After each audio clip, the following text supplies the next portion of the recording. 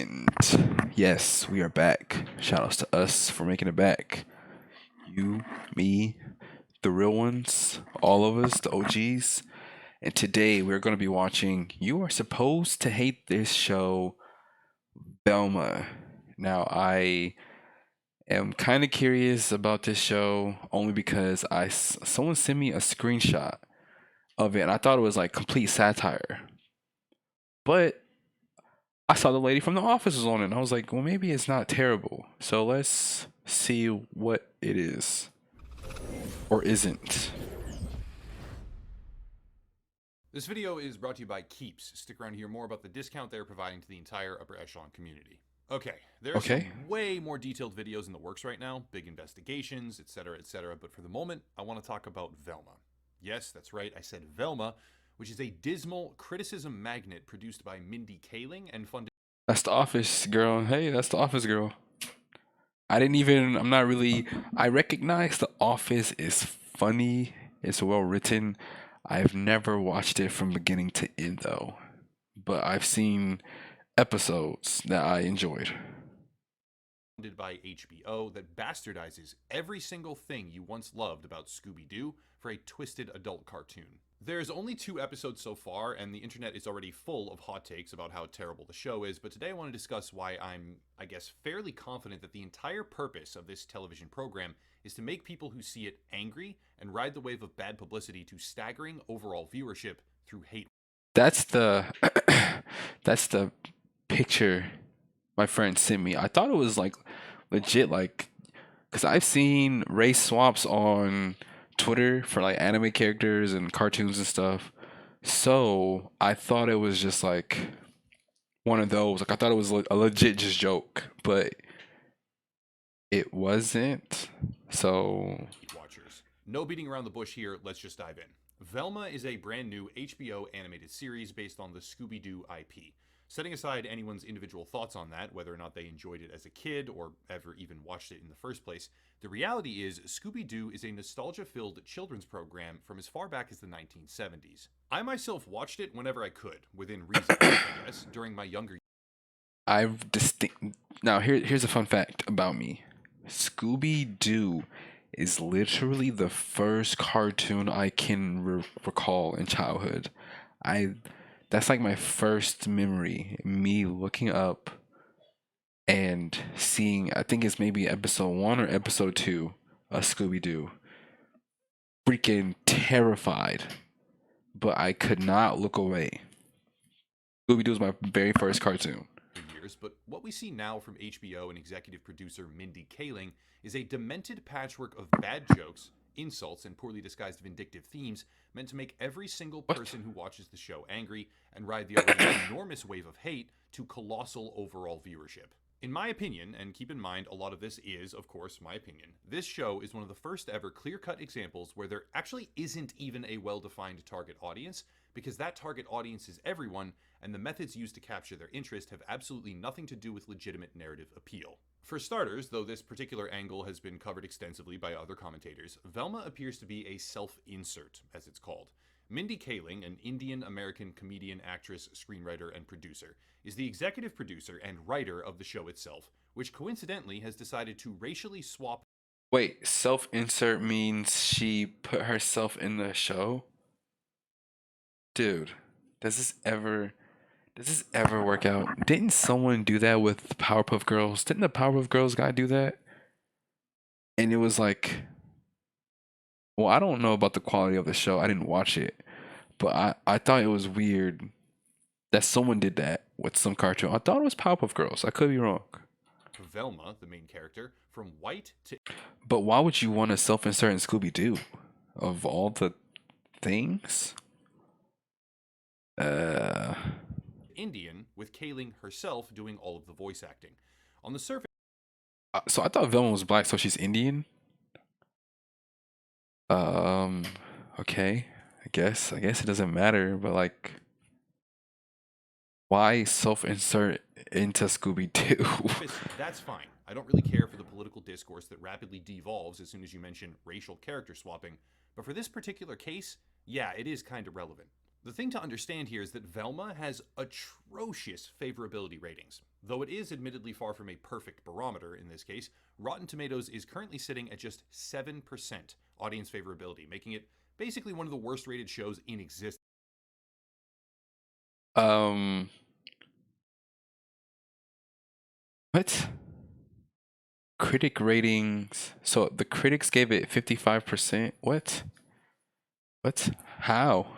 However, approval has absolutely nothing to do with numerical success. It's not exactly an uncommon trend, but Velma is now joining a long list of predating programs such as Dave Chappelle's Sticks and Stones or Amy Schumer's Growing, which demonstrate a widening gap between critical acclaim and actual engagement. I do distinctly remember a lot of people, at least on Twitter. You know, what is Twitter? Why does Twitter matter? But I do remember a lot of people being upset about Sticks and Stones on Twitter. So it's interesting that it got an audience score of 25,000 plus.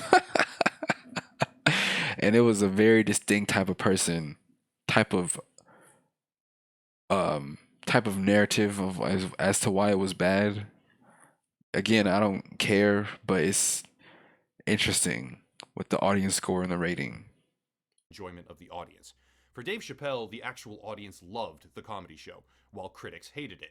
For Amy Schumer, critics loved the special, while the general audience despised it. And this is also interesting too, because no one on Twitter thinks Amy is funny, and yet this got a terrible audience score as well. So who thinks she's funny? What the heck? I I mean, I guess it's all subjective, right? I just think I'm not gonna say she's not funny. I just think if your profession as a joke teller is just low hanging fruit, that's I feel like you're not trying at your job. It's like if I have a restaurant, you come to my restaurant and I tell you, you make your own plate, you do your dishes, and I'll charge you. You basically went out to come feed yourself, and then you still have to pay. Like, same thing with if you're gonna tell jokes, put some effort into the art of storytelling. Learn to be charismatic. Learn a good shtick. Low hanging fruit is not funny to me. I feel like I just want to be. I don't know. Just me. But I just don't like obvious jokes. for Velma, it seems that while critics are still trying to pretend it's a good program, at least some of them, the barriers are coming down, and reality has begun to set in, at least on a very basic level, that this is a terrible piece of writing that should not exist and deserves absolutely no respect. Alright, before going further, it's time for today's video sponsor, who is particularly well suited for existing channel demographics. Most of you watching this are men ages 18 to 45. It's actually always been that way since the very I'm gonna skip this 'cause I think it's for hair loss, and I don't. I'm good on that. I'm good on hair loss. I'm good on that. I'm good on hair loss. I'm good on hair loss for now. Grateful. we have an Indian American big what I do, and it's very much appreciated. Again, link down below in the description for a massive discount. Big thank you to Keith for sponsoring. All right, time for examples. Right off the bat, we have an Indian American screenwriter, producer, and voice actor who turned Velma into an Indian. Also, there's nothing wrong with hair loss. I think bald is a good hairstyle. You just have to be jacked if you're bald. That's it. Not even jacked. You just have to have wide shoulders, and you're perfect. American character, which she was not before this, and now does the voice acting herself. Heck of a start. What's next? Racially swapping Shaggy, probably the most beloved character alongside Scooby-Doo himself, isn't even.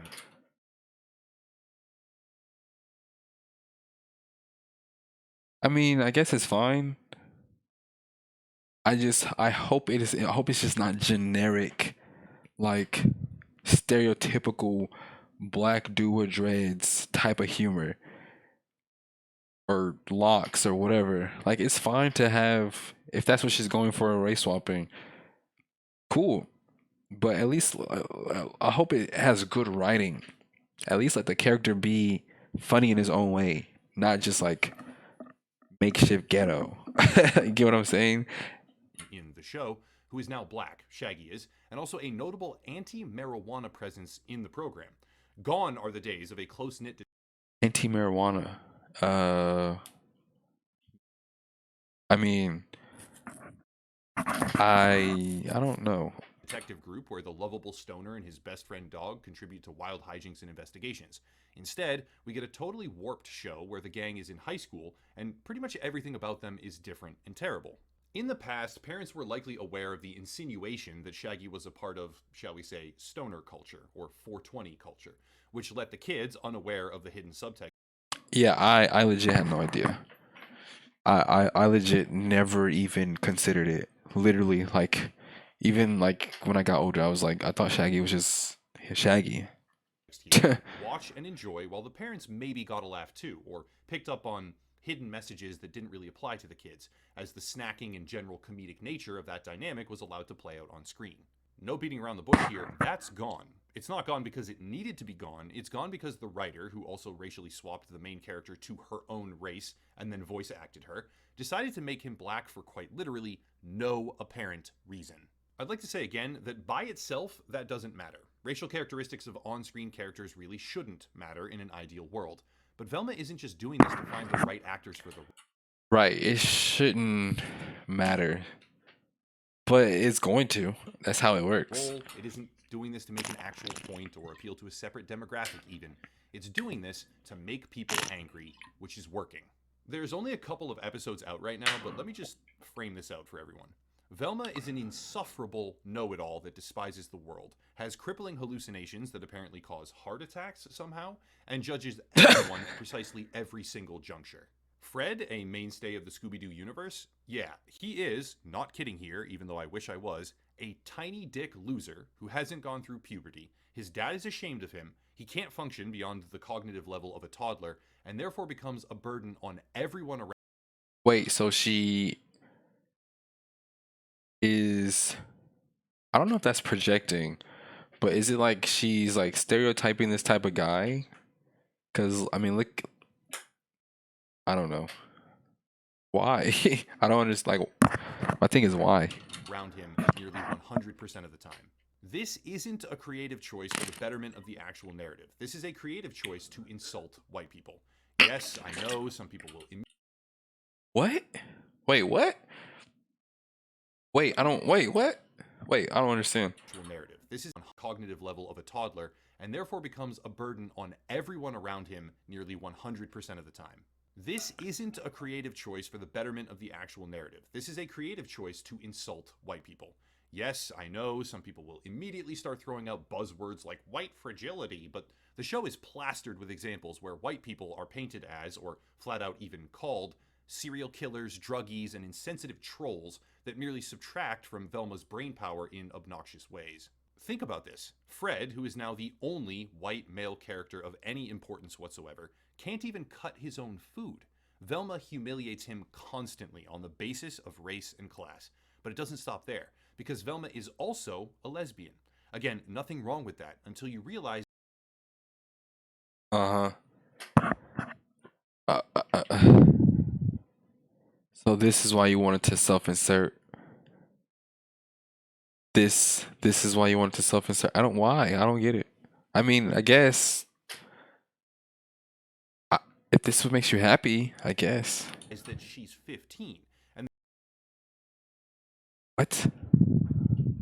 Oh, wait. She's 15. so a lesbian. Again, nothing wrong with that until you realize that she's 15, and the show is now very openly pushing sexual themes. Velma and Daphne have chemistry of sorts, not really, but in a way where they are obviously in a specific trajectory leading to sex, and broader areas of the show also seem to be designed as a sort of narrative funnel into the idea of 15-year-olds being hyper-sexually active. One demographic will be angry about Fred. Whether or not they should is up to you as Wait, is Velma not in a Is she not a high schooler? What's going on? the viewer, but they're gonna be. Another will be angry about Velma and her hypersexual themes. Yet another will be angry about the racial swapping, but it doesn't stop there. Daphne's parents are a racially diverse lesbian couple who adopted her, by the way, and are also cops by profession. Yet another cultural speed bump in the works here. What? Who draw their guns, these lesbian cop parents, who draw their guns on an unarmed teen immediately in the first episode, as well as shoot an unarmed teenager, cartoon teenager, that teenager being Fred, 2 times in his own house without a warrant, as he tries to pull out a pen. Not done yet, because they also go undercover in the town's high school looking for drugs, as they paint marijuana as some sort of dangerous phenomenon, thereby pissing off yet another demographic, where these cops then start whipping out and firing tasers. I should also mention...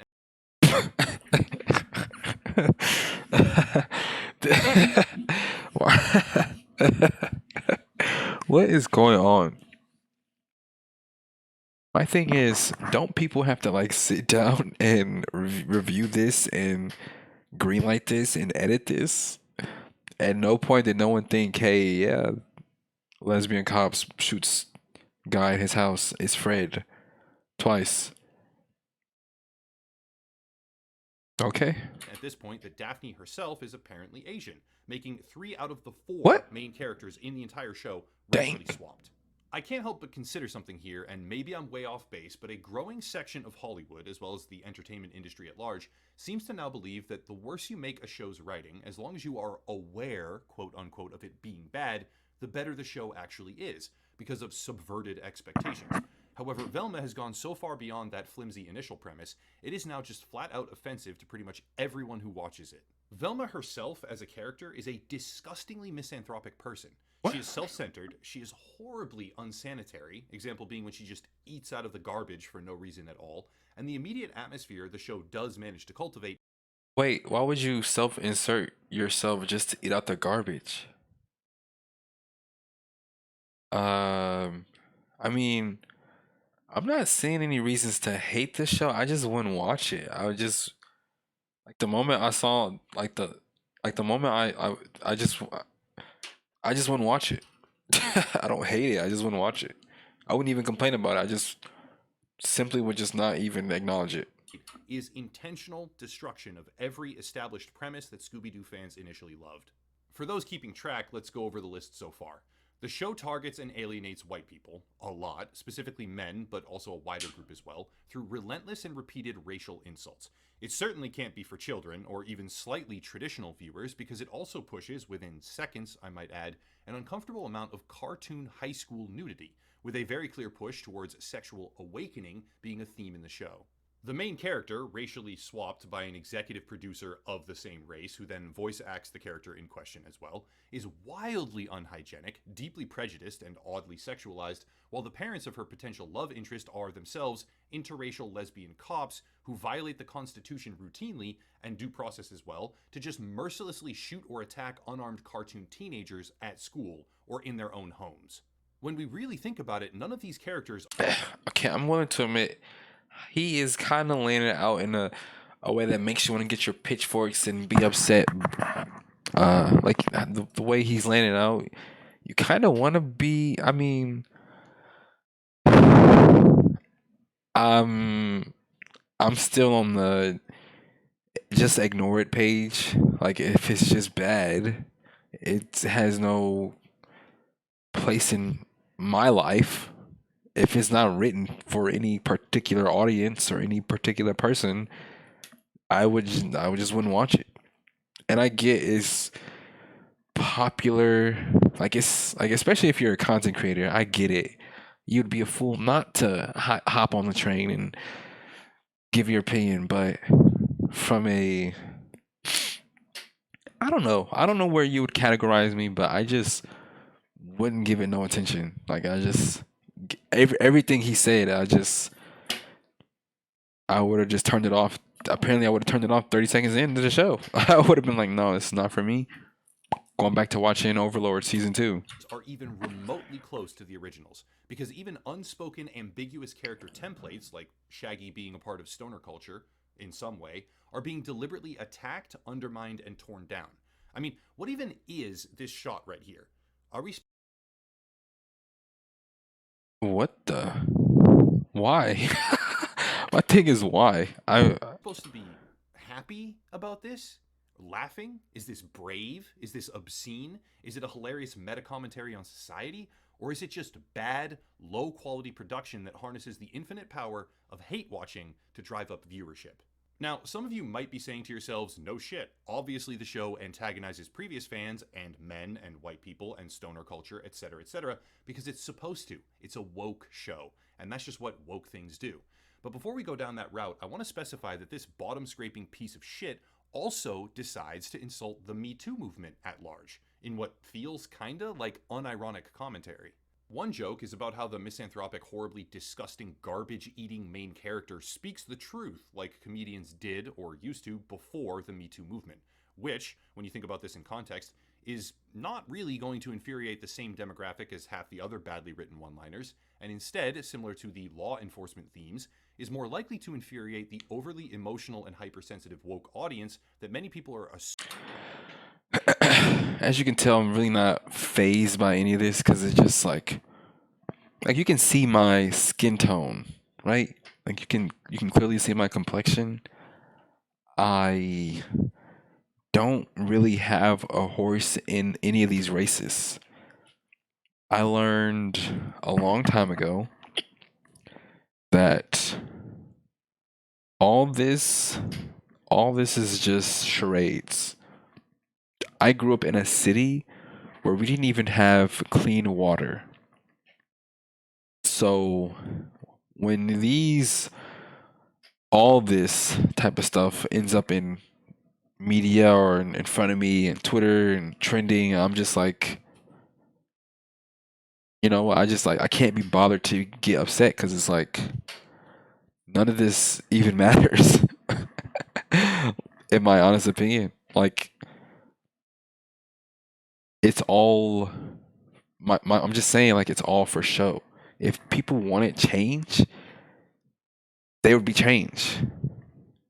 People people want to do stuff like this instead. You get what I'm saying? Like you could have.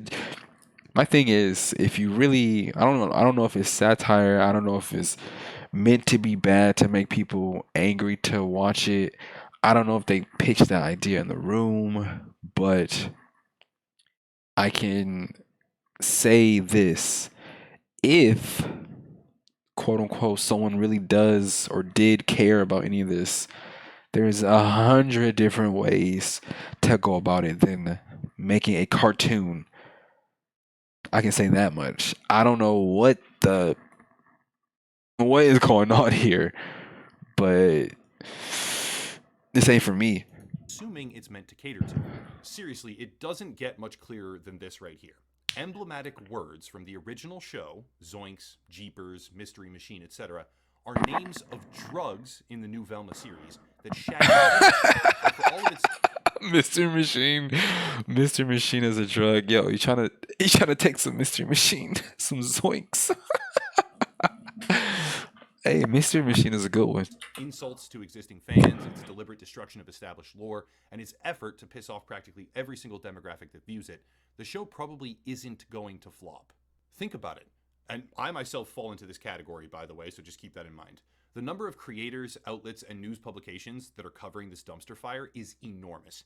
Tens of millions of views about harmful stereotypes, hundreds of millions of views on TikTok where offensive jokes are propagated to the very same community that they are designed to anger, which results in what precisely? That's right. Again, I don't even have TikTok. I've probably watched one or two TikToks my entire life because someone just happened to put it in front of my face. I am totally just not in any of this. Like I don't have no opinion on any of this. Like I don't. He's basically speaking a different language because I don't understand where he. I don't get it. It results in viewership. People are watching Velma. I get that, but I don't like the. I don't. The other stuff is like. Quite a lot of them, in fact. Not because they like it, though maybe a very, very small number of people fall into that category, but if they do, they just have objectively awful taste. But because they want to see it firsthand. That's the real reason. How bad is this? I mean, I wouldn't say someone. I'm not gonna say someone can't like this because I watch anime and I understand. What people can say about anime, and I get it. Sometimes you just resonate with something and you run with it. Now, I'm not saying again, you can like this show. I wouldn't care. I don't think we would be caught having a conversation because I wouldn't even know what to talk to you about. But I mean, you can still like the show and still have good taste. Like it's a cartoon. A bad cartoon, probably, but it's still just a cartoon. This piece of shit. Result: higher viewership, positive feedback on all signals that indicate the speculative value of a series, despite the almost universally negative impressions of actual audience members, or legitimate viewers, and higher engagement on social media than most other shows in existence, because critics are very. That's true. That's why I think I mean, if this was what they pitched in the meeting room, like, hey, we're gonna make this hyper offensive, quote unquote, bad written show. What are all the worst things we can do in a show? And they got green light to do all of it. I mean, it worked. It worked. Very, very likely to post about the series, perpetuating a cycle where something terrible is being watched because it's terrible. Most television programs, nearly all of them in fact, appeal to someone, and maybe Velma succeeds in that somewhere along the line here with like the most brain dead audience demographic you can imagine. But the overwhelming majority of people despise it, as many of them watch it anyway, making this a strong contender for the first ever example of something designed by hate, carefully crafted to alienate everyone, and deliberately structured as a sponge of negative commentary, which will probably accomplish the same ultimate payoff as a traditional cartoon. People love talking shit, and they love to pile on against bad media. Velma? Velma is the epitome of bad media, with what seems like a never ending torrent of terrible decision making, writing, and character choices, but when looking at all of it together in context, it almost becomes impossible to believe that this was not done intentionally. As the saying goes, all press is good press, and while that may not be strictly true in, let's say, a political race, for example, it very much is true here and now with Velma. The horrible, creatively bankrupt decision making of Mindy Kaling has produced something that is going viral right now. It actually is, and will continue to do so as long as it continues to offend viewers. Each new episode will have new jokes that inflame anger in one group or another, and that anger leads to massive earned media, which can. You know who won't be bothered by those jokes? People who don't care. I think it's like you have to have a problem with you to let a cartoon upset you. Is my main point. I should say, like, bro, I'm an adult. I'm not a little kid. I'm not gonna get upset by this. I would imagine most adults are not gonna get upset by this either because they have bills to pay. They have a job to go to. They don't care about this. That's just my opinion. I don't know. Pulls the show higher in viewership as people watch it just to see how bad it really is with their own eyes. If the show didn't do this, what would actually happen? Well, if we're being honest here, no one would watch it. Scooby Doo is a franchise steeped in nostalgia with a rose tinted hue, but that lens can be shattered very easily, and the risk of trying to appeal to it when the downside of that effort is complete failure and a wasted budget is too great to be justified. In my opinion, and I stand by this very strongly. Honestly, I feel like anyone could, if you have decent writing skills or any vision or imagination, anyone could rewrite Scooby Doo and make it like palatable, right? It's not hard. He just named the reasons. It's not hard. You already know what all the characters are supposed to do, what they can do, what they're known for doing.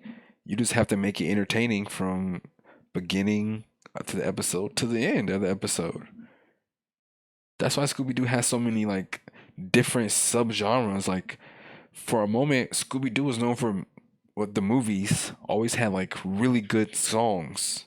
Like the Vampire Scooby Doo song is so good. I think that's the one that's like see the night, see the right, the monster and the road and the right, like, and the beat is like do new do do do new do new do do do do. We're gonna see you right. I'm gonna see you fight.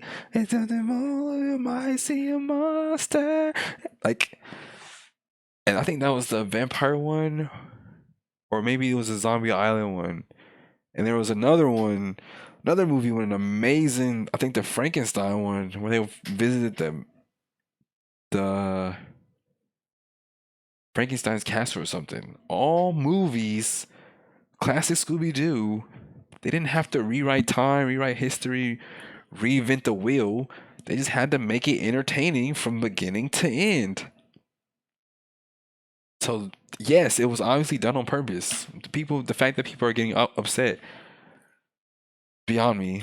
In fact, the risk of taking a beloved property like Scooby Doo, that is fairly old if you're talking about the heyday, and just ripping it apart with maximized artistic venom is actually Artistic safer than venom. trying to make something good. It's much more temporary, perhaps, but for the moment, capitalizing on a virality loop of sorts, where negative feedback is the engine behind it, is an easier thing to predictably accomplish when compared to the So Twitter, it's doing the thing that makes Twitter popular.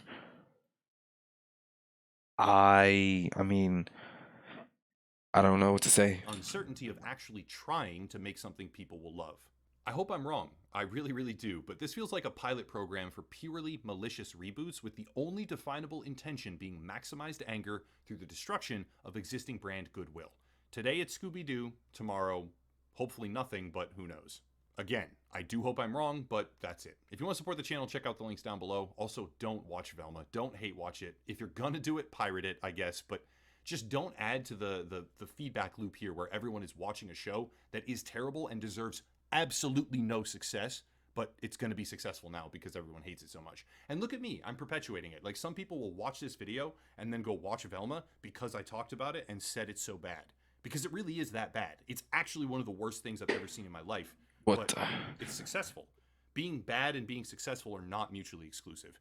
Anyway, yeah, that's off on a tangent. That's not scripted. Yeah, locals and Patreon for a monthly subscription to support the channel, social media, the video sponsor, a YouTube alternative called Odyssey, etc., etc. But I'll cut it there and stop rambling. As always, thank you all for watching, and have a nice night.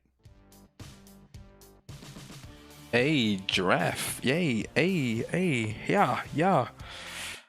That was interesting. Yeah, I'm just not gonna watch it. That's a pretty simple. Uh, I'm just not gonna watch it. It's not for me. I don't know who it would be for. Again, I understand some people like to watch bad stuff because it's bad, but it's not for me. Anyways, I said what I had to say during the video. It was interesting watch. I'll say that. Thanks for watching. You know the motto. Tell someone you love them, you appreciate them. I appreciate you guys watching that with me. It was kind of fun. And I will see you in the next video. Peace.